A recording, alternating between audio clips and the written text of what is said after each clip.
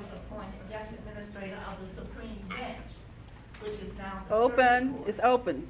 So I can. It's you know, open. Going back and looking at my things, and I'm looking at, letters that I brought in, and racism, and I can go back, so I hope there are changes that are made there, because I remember how it used to be. I just wanted to stop by and say, thank you for, allowing me to represent you. I'm in my third term in the Maryland House of Delegates. And, when I am in Annapolis, people know me as the go-to person for minority and women-owned businesses. And when I first went to Annapolis, I went there in order to be the voice for women business owners and minority business owners. Because I didn't think that there was anybody there that could talk about that or represent me better than I did. And I've been a business owner in Maryland for over 30 years, starting in my basement with an unemployment check. And that's coming from welfare, so I can tell you about 26 South Exeter Street, Apartment 4, a Flag House Street project, so I can go there. And I can go there on welfare, and I can go there on a whole lot of things. But what I also wanted to talk with you about is that one of the bills that I put in, and it was a hard fight, because we needed money in order to keep the libraries open. And the Republicans fought me like mad. But we got it through, and that was to increase the library time that the libraries are open in Baltimore. And now they will be open 7 days a week from 9 in the morning to 9 at night. And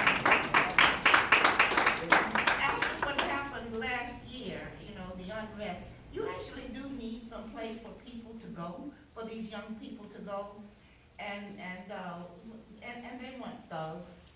You know, I can remember the riots of 64 and 68 actually.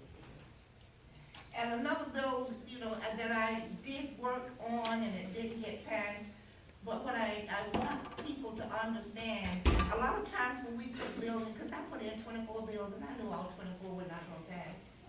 But what that did is started a dialogue that said that maybe we do need to take a look at this.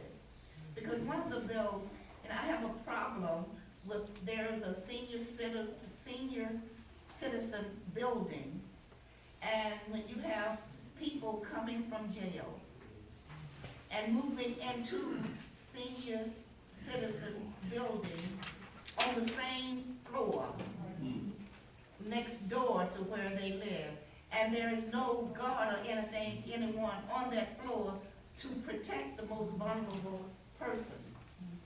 So I put that bill in and it didn't pass, but I'm not gonna let it go. You know, one of the bills that I put in, and it took 5 years to get passed, and that was to say that 501c3 nonprofits should not be counted, as minority business.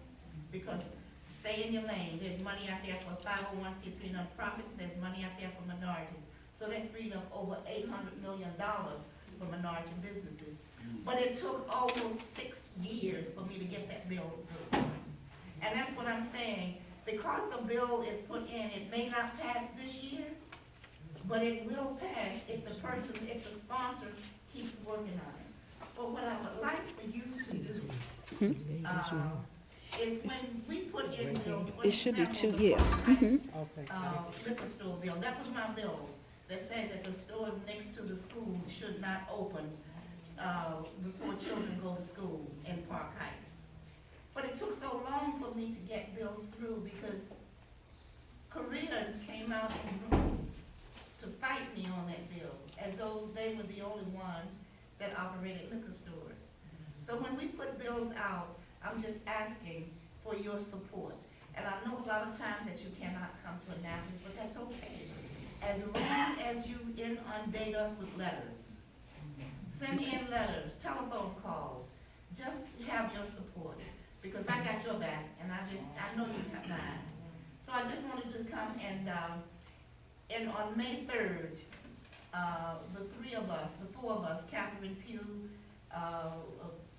Antonio Hayes, Frank Conaway, and I will be up at BCCC, and we will be given, each one of us will be given a report of what we did in Annapolis.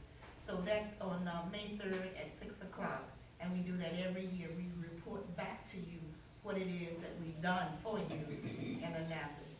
So again, I thank you so much. I gotta run. There are 6 places that I need to be tonight, and I'm gonna try to make at least 3 of them. Let's give him a nice round of applause. We may be looking at the next state senator here, so I'm just saying. Well, that's it. If Kathy Pugh wins the mayor race, then I will be the next senator. There you go. Thank you. So thank you so much.